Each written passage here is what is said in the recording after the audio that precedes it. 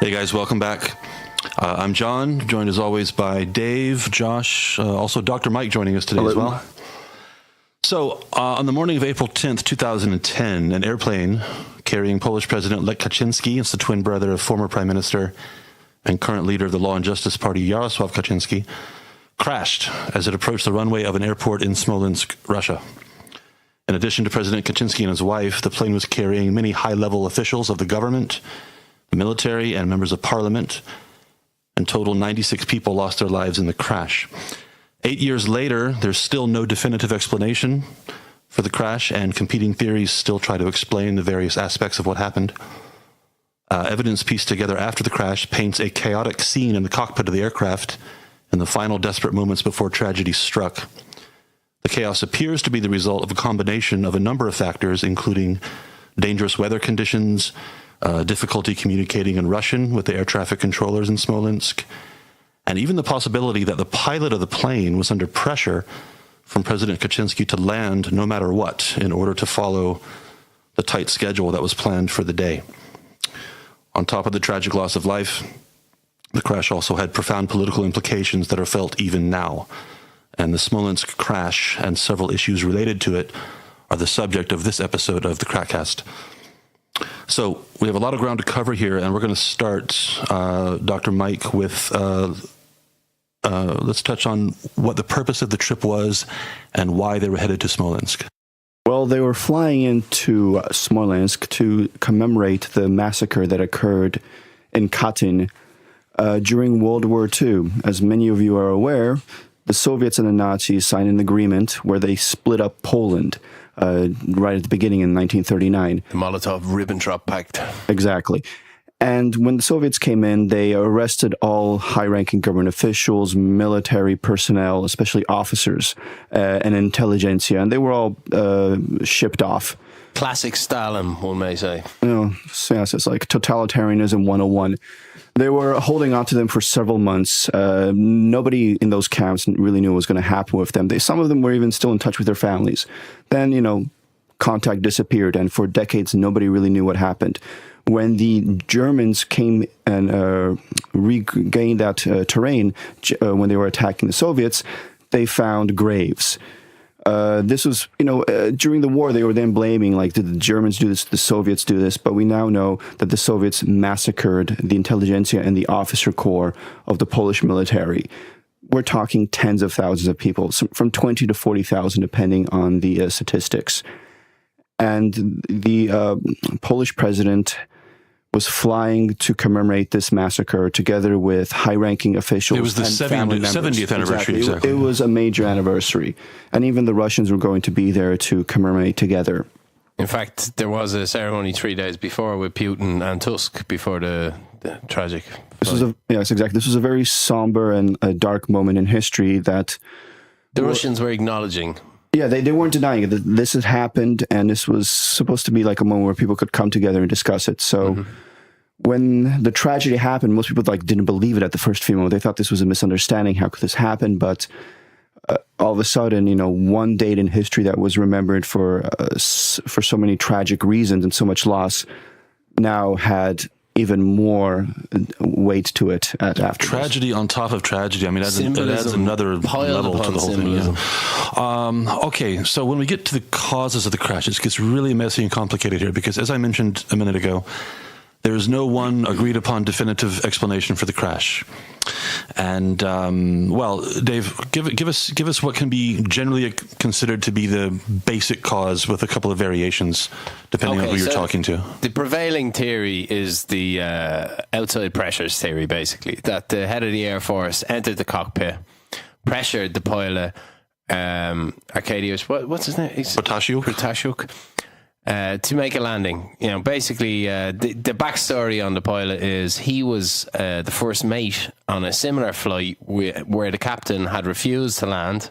Kaczynski was also on board on that flight, if I remember correctly. They were going to Tbilisi, I think. That's correct. So they had some history. Georgia. Yeah. So the history was, this is the theory, is that he had seen the damage to that pilot's career for making that decision and was very keen to at least give the impression that he wanted to land the plane under all circumstances. Yeah, I just wanted to add that Kaczynski by this point already had something of a reputation for having kind of a short fuse when it came to, the patience required to maybe circle around an airport one more time. He wanted the plane on the ground as quickly as possible so he could start his visit and get things done. And the suggestion is that this kind of reputation led to pilots making unnecessary, safety compromises. Yeah. Yeah, and then you enter into the second problem, which is that because Smolensk was a military airport, it was not required to have a landing controller who spoke English, which is the lingua franca of the air. Ironic to use a French phrase to describe English being the main language, but nearly all... Speaking Russian instead, yeah. Yeah. So you had to speak Russian to approach Smolensk, and the only guy on board who spoke fluent Russian was the captain. So all of a sudden, his navigator becomes a bit of a spare wheel, and he starts doing the job of two men. Now, this is another important point to note. So he's got the pressure from the president, the historical case of pilots who refuse to land in these tricky conditions being drummed out of the Air Force and their careers being ruined. And the theory goes then that they approach the airport and he decides to do what pilots call a go-around, which is he's going to engage the autopilot.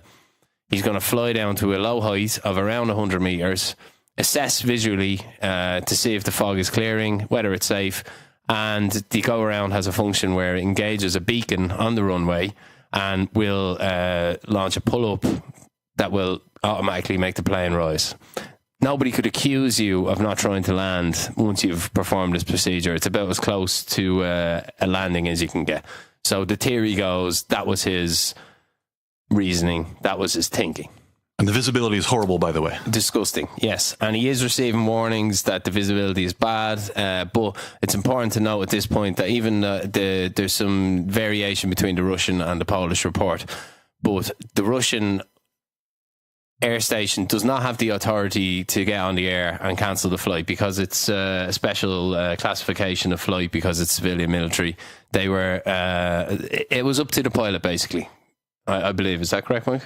That's correct, yeah, at that moment. So then we get into the issue of the altimeters. Now, because you're approaching Smolensk, it's not in the TAWS systems database. So it's constantly giving you an alarm as you lower the altitude of the plane towards the airport for your descent.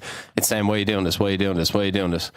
So the prevailing theory is that pilots generally in this circumstance where they're approaching an airport where they know this warning is going to keep happening, they reset their pressure altimeter. And they do that to shut it up, basically. And apparently this was like a really bad habit with these Polish pilots that they would, because they're landing generally at military airports that aren't in the system, this warning would show up all the time. So they would just manually reset it to the... just ignoring it, basically. Yeah. So we got a distracted pilot. We've got the navigator who's now using the radio altimeter to establish the height and to feed the height into the pilot. And the whole time the pilot's getting an incorrect reading on the height because there's a large valley in front of Smolensk airport. And it's reading the depth at the bottom of the valley, not the depth of the level of the runway. And this is what leads to the plane getting terminally low, much lower than the pilot intended. The pilot's expecting his TAWS system to, not the TAWS system, but the autopilot system to pick up the beacon, which the beacon doesn't exist. He's expecting that that's his absolute ceiling, his decision moment, and automatically he'll launch back up into the air at 100 meters when all of a sudden he's actually down at about 20 meters. Then he hits a birch tree, the right wing, shears from the impact from a birch tree, which is apparently in a location which is not supposed to be in. There's not supposed to be trees around an airport, and even under Russian regulations. The nose dips, touches the ground, the plane flips 100 Gs, folds in on itself, huge impact, everybody dies. That's the mainstream theory. So basically, it sounds horrible to reduce everything down to 2 words, but essentially the explanation is pilot error. Yes. But there are some slight variations in this main narrative, depending on who you ask. The Russians have their version, the Poles have their version. The Russians exclusively basically blame the Polish pilots for trying it because they had the authority to land. They shouldn't have landed. There is truth to that. Sure, they should never have attempted the landing in the first place. The Polish report criticises the controllers on the ground, the Russian crews, quite heavily for their lack of advice, the lack of beaconing, the lack of lighting. The fact that he's told he's on the correct glide path is also very controversial, because he was even acknowledged in the Russian report to be 45 metres to the left of the glide path. Does the black box information, the flight recorder information, suggest anything that the pilot did feel he was under pressure to land on time, and pressure coming from Kaczyński? The readings and recordings, it's not like when you go online and you read about this that you have an exact printout. You know, there is a lot of complications when it comes to this stuff. You got the one Russian-made, Tupolev-made black box recorder. You've got the American recording system that was developed by Boeing.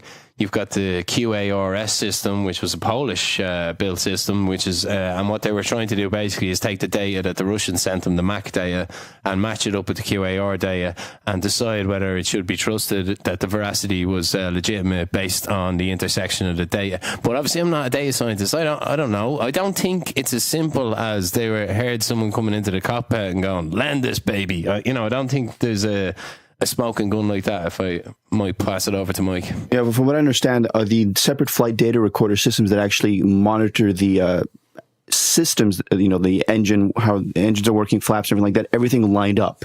So it wasn't any kind of suggestion that the Russians might have been manipulating the data. The flight data recorder is the one where people really start talking, not the flight data recorder, sorry, the voice recorder was the one where people really started discussing the issues, like what could you hear in the background? Was the door opening, closing? Was somebody coming in saying something? What were the pilots saying? They're suggesting that not only was the head of the Air Force going in there, but as well was the protocol officer was coming in to say, ask them, are we landing, are we not landing? And just by showing up there, that was putting some stress on that pilot. And people are saying, like, well, there should have been nobody in the cockpit at that time. Yes. Part of the standard protocol for an investigation of an incident like this, pretty much anywhere in the world, would involve a very meticulous and careful reconstruction of the plane, the debris gathered from the crash site. But Dave, that hasn't been done in this case. Why not? The physical evidence is in Russia. And of course, we can't expect Russia to behave like a normal country. We can't expect Russia to hand over a wreckage and show sensitivity mixed with intelligence and proper procedure following. No, Surely you can't be serious. No, we get absolute amateur hour disguised as geopolitics, passed off as, oh, well, what are you going to do about it? Russia have nuclear weapons. Of course, we can't expect them to provide the answers that they are absolutely obliged to by all civilian standards in aviation. What should be done is those pieces of that plane should have been immediately carefully moved to a hangar, a huge, massively expensive space where air crash investigators could begin to physically recreate the accident. They literally rebuild the plane. Then they take every person's body, they lovingly restore and test and look at all the different possibilities and scenarios for how each of those body fragments died, how they match up. Of course, the Russians send back, the bodies to Poland in mixed up in the coffins. I mean, it's an absolute disgrace. I'm getting a bit emotional here. Sorry. No, it's true. It is a disgrace. It's incredible. And even to this day, the parts are sitting in some warehouse or whatever they use. What does we'll come back to the subject of explanations for the crash in just a minute, but 8 years later, what does Russia possibly get out of still holding on to the debris from the crash? They basically have a tool to use against Poland at any time. They can bring up the issue. They can say, oh, maybe we'll give you the plane crash remnants back. Oh, maybe, call us in a week. That's just how Russia works. I don't want to get too anti-Russia here, but in their international relationships, they tend to always use every tool in the toolbox that they can to influence how other governments and other nations function. So when they have the plane crash remnants with them, they can bring up that issue at any time to change the political situation that's going on in Poland. So it's a carrot or maybe a stick to use as they need it. They could have done the investigation properly on Russian soil, invited in observers, respected air crash investigators, Polish delegations. They could have gone in, they could have spent the money, they could have built a hangar. Russia's got lots of hangars. Come in. One thing they're not as short on is large military spaces to store a big aeroplane. And they could have shown the world that actually, yes, we want to help. This is a tragic accident. But, of course, they didn't do that. It's odd because at the time of the crash, and I can remember this, I'm sure you guys do as well, Putin and, what's his name, his his puppet Medvedev. They all said the right things. They participated in the mass. I think Medvedev was here in Krakow, if I'm not mistaken. He was president at the time, and Putin was prime minister. So at the diplomatic level, they did what they should have done. Promised help as it was needed. If anything, they suggested they kind of solidified the brotherhood between Slavic Poland and Slavic Russia. But their actions, is particularly on the subject of the plane itself, are just 180 degrees, a world away from the kind words they extended at the time of the crash. I mean, everybody thought that Poland and Russia would come together at this moment, exactly. And this would be a moment of bonding. And anybody that raised any doubts was, criticizing, people saying, like, how dare you at this moment say these, nasty political things? No, this is a moment where we can come together. Shut up. Who are you working for? No, we're coming together at this moment. Let's go back to examinations of the causes behind the crash. Dave, in addition to the generally accepted versions, there are also some, how can we say, alternative explanations behind what happened? I think that's fair to say, yeah. The new investigation by the Polish government still hasn't released its final report. It'll be very interesting to see what the conclusions by the British Ministry of Defence, who managed to get the parts of the plane that they were given access to, and have done a lot of tests for explosive residue. Tests done in Russia. Tests done on the exhumed bodies. So there is still a lot of things in the mixer. However, I watched the air crash investigation episode. I find the mainstream theory plausible, very plausible. In fact, I was all Mayday to all American viewers. Mayday, yes, a very good series which we can recommend wholeheartedly. Long before Smolensk ever happened, this fabulous show. And then this guy comes along who has actually been in a couple of episodes of Mayday. Is one of the most credible air crash investigators in the world. His name is Frank Taylor, a British guy, and he's come out and said, all the things we just covered is that this was a shambolic impression of an air crash investigation. That what an air crash investigation should be is, yes, of course, that's the mainstream theory. Now let's prove it with the physical evidence as well. Let's reconstruct the plane. Let's do all of this. So when we're finished, we know. There are no doubts in our mind this is how this plane was crashed. That could have easily been done in a ground crash like Smolensk, but it wasn't done. The Russians chose not to do it. Frank Taylor's point, he has several points that he objects to about how the investigation was handled, but his main theory is this. He says there's no way that wing could have been sheared off by a birch tree. He said the HD images he's examined do not match up at all. That they both that and the door that was blown out by internal cabin pressure, which fired into the ground and buried itself in the turf in Smolensk, were caused by internal explosions, planted bombs, basically. If it was anybody else, I have never been on a Smolensk conspiracy site. This I came across at the bottom of the Wikipedia article because this was reported in the mainstream news. Sky News broke the story about Frank Taylor. I haven't seen anything. I did my absolute best to research Frank Taylor on the internet, and all I can find is a guy who is incredibly respected in his field, and he is my one strange thing, about all this. Why is a guy like that stuck his neck out and said that? Yeah, you use the word conspiracy. That's interesting because I guess it's you can look at things on a kind of a spectrum, but at some point these ideas cross over from mainstream to alternative, and then they keep going until they reach conspiracy theory. And I don't know where that line is. I don't even know what the conspiracy theories are. I'm being genuine about this. Mm-hmm. I seen the Mayday. I followed it at the time. I thought I had put this one to bed totally, but in doing a bit of reading and preparation for this, I came across Frank, which is more recent, by the way, the Taylor. And Taylor hasn't come out and definitively said, I can prove this, 100%. He's laid out a list of questions for the investigation. And I think some of them are very interesting. I think the problem that since the investigation wasn't properly conducted right at the beginning, that leaves the door wide open for all these theories. There's a lot of evidence that was lost, things that weren't properly investigated, and now you're at this point, and 8 years later, that people start wondering what exactly happened. Why didn't we do this properly back then?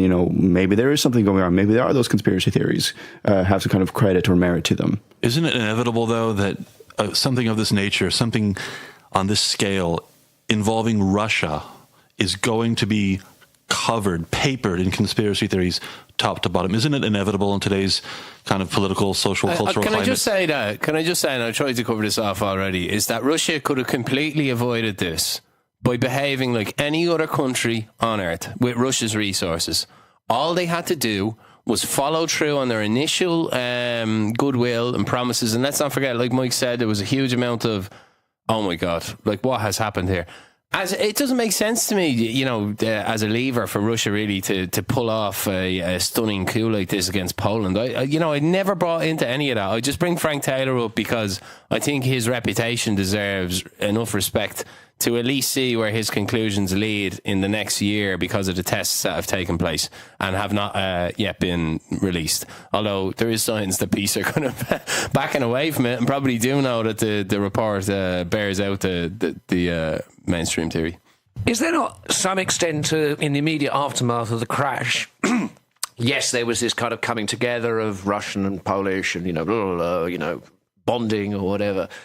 But there was also a little bit of, shall we call it, like dick waving in terms of who is going to... Were the Polish government not a little bit over demanding of the Russians, like kind of, it's our people, it's our plane, it's all got to come back to Poland. And so it made it a little bit more difficult for the Russians to graciously accede to these requests because the Polish side was making them in such a kind of, well, obviously it's, you have to do this for us. So, I think that's a fair point. I mean, if a plane crashes in country X has full jurisdiction over the crash.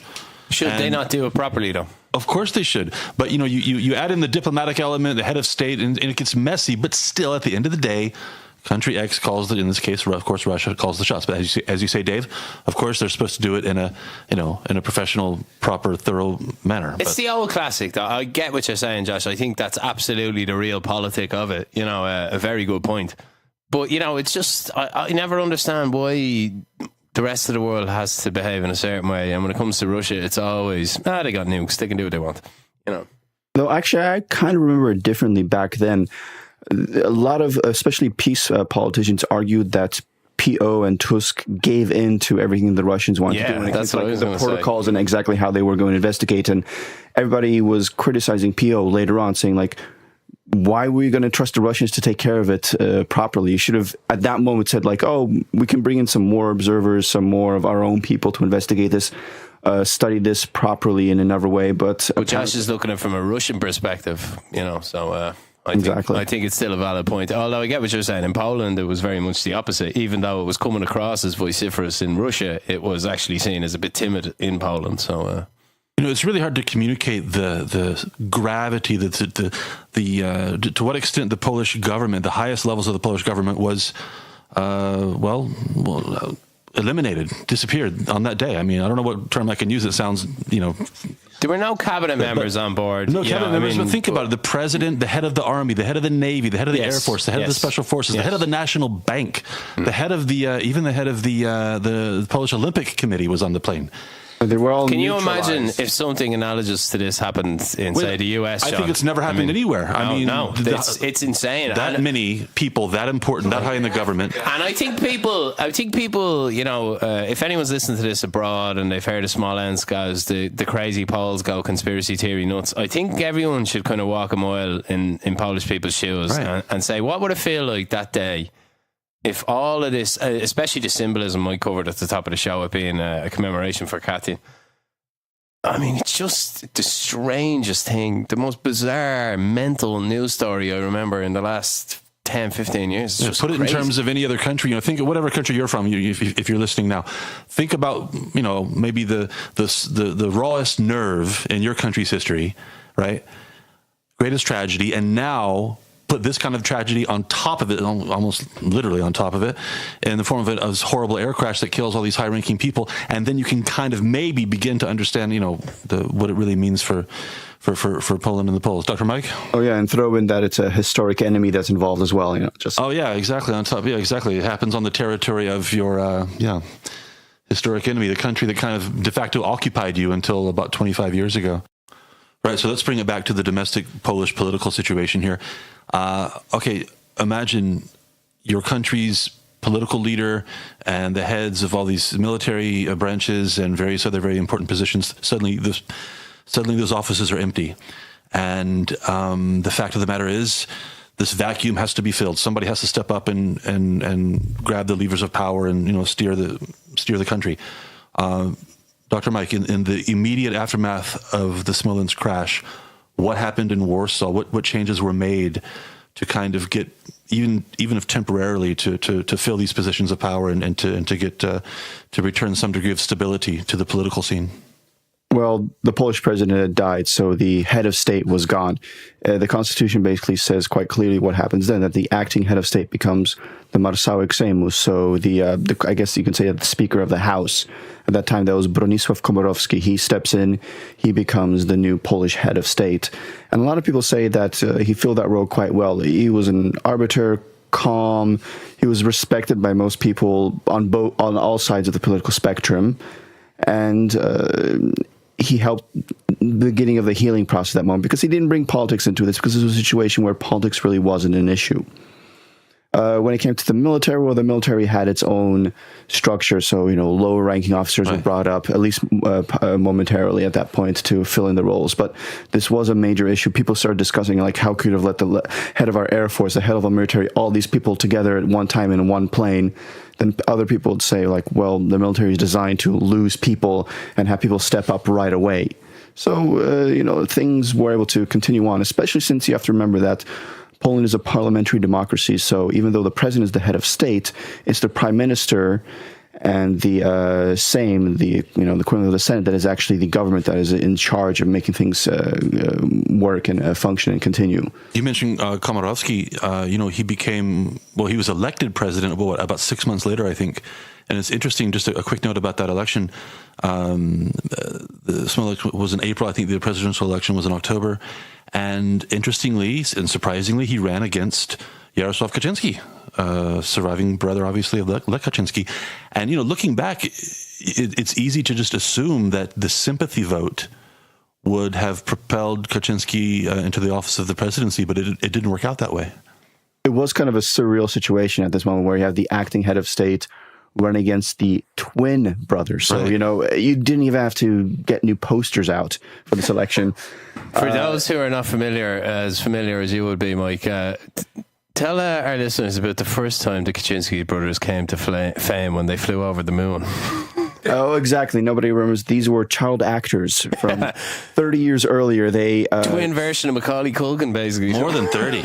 More than 30. Oh, God, yeah. Well, they were like, they're 10 or something years old, and they were in a children's movie where it was about two kids who stole the moon. I never saw this movie, so I don't really get it. But that's what their claim to fame. And when they got into politics, this was the running gag all the time. So Jarosław Kaczyński runs against Bronisław Komorowski for the presidency. Again, we just assume Kaczynski's going to get the sympathy vote and win. He loses, and Komorowski becomes president. And can we say this is kind of this is Kaczynski's last shot at formal power? Yeah. This is true. Yeah. So but he does use the situation to start building up peace more so than ever before. Right. The truth is, with all the conspiracy theories and all the emotion surrounding the plane crash and the tragedy, a lot of people start to have their doubts about what's going on. It's like, can we trust the current government to make sure that everything's going as it should be? Are they making sure that the truth is going to get out there? And, well, Kaczynski, since he lost his brother, a lot of people give him a lot of, the benefit of the doubt that, he's being honest about his thoughts and emotions, and he starts building up the mythos and the philosophy of the party around this catastrophe. You could make the argument that losing that election was kind of the origins of really, taking peace to where it is today. Exactly. Okay, we'll return to the political scene and then maybe the long-term effects of Katyn. But first, let's take a bit of a left turn. Let's take a tangent here. An interesting tangent, I think. There was a burial to take care of. Actually, 96 burials, I should say. But one particularly important burial two burials for Kaczynski and his wife, which resulted in another major controversy that became yet another political fault line in Poland, which was the issue of where to bury Kaczynski and how to honor him exactly. And it was decided that he would be put, along with his wife, he would be put to rest in the cathedral at Wawel Castle. And for those of you listening who might not know, the cathedral at Wawel Castle is the resting place of kings, princes, national leaders. Now, of course, you can make the argument that, of course, Lech Kaczyński was a national leader. He was the president of Poland. But Dr. Mike, there's an argument to be made that he wasn't exactly on the same level as kings and princes. He died tragically. Nobody's going to deny that. The question is, he'd only been president for a couple of years. Had he done actually anything that was worthwhile to the point where he should be buried at this national historic site? Piłsudski, who helped lead Poland to independence in 1918, was buried there as well. And back then, 80 years ago, people were discussing, should he be buried there or not? Historically, he did a lot more, or was involved in the history of Poland more than Kaczynski. But Kaczynski, right away, they decided, he has to be buried there. A bit of a rash decision, maybe? Or yes. And I remember this was huge at the time. At work, people turning on the radio, because this was hour by hour, within a couple of days, where are we going to bury him? And people it came out right away, Wawel Castle. And people no, but really? Yeah. We were all caught on the hop in the Irish bar by this one. I have to say, this really was really controversial at the time. It was all anybody was talking about. Serious fight at the time. I guess there was almost a feeling, correct me if I'm wrong here, Mike, there was almost a feeling from Polish people, you could nearly feel the heat on their neck as they realised that the rest of the world had cottoned on to this argument, and we're now looking at Poland going, okay, this is awkward, and all of a sudden they were chatting about it on CNN and stuff, and then pretty quickly I think there was just people kind of went, okay, just bury him there then. Exactly. It's how would you say no at that moment? It would well, exactly. How do you say? You want to give all the appropriate dignity and respect that the situation calls for, but being buried there is just something else altogether. I think when you see the place, if for anyone who's never been to Krakow and doesn't listen to this show, actually they can't possibly exist. The KrakCast. If you've never been here, one person in Japan who stumbled across this podcast one night, evenings here at Hoto-san, it's a very impressive castle, and you kind of, just by looking at it, you'd realise it's not easy to get buried there. I, in American terms, I would say it like that. It would be as if Barack Obama or Donald Trump were put on Mount Rushmore. And yes, they're presidents. But he gets a second term. I would not rule that out. But no, they're not. But no, they're not that kind of president. So the office deserves a certain, again, respect and honor. But that is just too much. Yeah, I meant he'd chisel it himself, entirely possible. Crew of illegal workmen. It's a different subject. To climb as well. Well, anyway, agree with it or not, Lech Kaczyński and his wife, I think her name was Maria. Yes, it was Maria. They were buried in Wawel Castle, and controversial even today and probably always. I don't know. We'll see. Well, let's bring it back to the political scene. Even today, 8 years after the crash, Smolensk is still a kind of political football. Yeah, guys, how do we see Smolensk kind of used or exploited or leveraged in Polish politics today? It's been all over the place in the last 10 years. The last 8 years, that is. At the beginning, PiS used it as a way to build up their base. With all the controversy, all the conspiracy theories, there was always this doubt about what exactly happened. And people that didn't trust the government started backing PiS, thinking they'll find the truth. Then you had these monthly ceremonies here in Krakow at the site of Kaczynski's burial, where his brother would come together with other protesters to commemorate the event and bring attention to the fact we still don't know exactly what happened. And the party really used that to build up some strength politically and get people to vote for them. And the other parties used this as oh, look at them, they're nuts, who knows what they're going to do, they believe in these conspiracies, you can't trust them. So all sides of the political spectrum started to use this to get their own voters to back them. But PiS, once they finally got into power these couple of years ago, realized that it makes them look a little bit crazy, and they've really started playing it down lately. They've ended a lot of the conspiracy theories, as in they don't bring it up as they used to. And we'll see what goes. It seems like they've discovered that it's not the winner that maybe it used to be for them, and maybe it's time to move on to something else. When you're in opposition, it helped, but now that you're in power, maybe not the same story. Those monthly commemorations, weren't there 96 of them, one for every victim of the crash? Exactly. They ended after 96 monthly commemorations. Which would have been April or May of this year. Yeah. Exactly. But the question is, did they end it just because that sounded like a good number? Because apparently at the beginning he was saying he was going to keep these commemorations going on monthly until the truth came out. But they realized that it's not going to change anything, so they said, we'll do it until it's 96. interesting that you say that they're going to do it till the truth comes out, because that's a good question. Maybe we can kind of start to wind things down on this note. With something like Smolensk, the nature of the tragedy, the conspiracy that surrounds it, some of the actors and players involved, is there any way that the truth, however you want to define that, is ever going to be finally defined? Are we ever going to close this book, Dave? Well, I think I've covered that already. There are some tests ongoing still that we have to get results from. And most importantly, I would appeal to the Russian government to release every single thing they have about this air crash. Send it all to Poland. Send every investigator that worked on this to Poland. And logically, if the Russians have done everything correctly, which, and it's not complete amateur hour that they're actually embarrassed of, which is the reason they don't want to give this stuff up, then come over and show everybody, and that'll be the big "I told you so" moment, won't it? You know, you can go to Poland. I can't believe you accused us of this. Mike, are we ever going to hear the end of Smolensk? Not anytime soon, because this issue has become less of an actual investigation into the crash and more of a political issue that different parties and different groups can use it as a tool. But going back to what you said about the amateur hour, about how the Russians handle it, we have to bring up, because I don't think people understood when you were talking about the coffins and the bodies. The Russians, when they collected the remains of the people that died in that crash, it turns out that they didn't really handle it appropriately. They put everything in bags. They more or less separated people by who they thought who was who, and they sent the remains sealed back to Poland. And for some reason, the Polish government at the time agreed with the Russians that they will not unseal these coffins and these boxes. With the newer investigations that started a couple of years ago, they started exhumating some of these bodies. And it turns out in these coffins, you had situations where you had an extra leg, an extra pelvis, a missing head. Bodies were mixed up.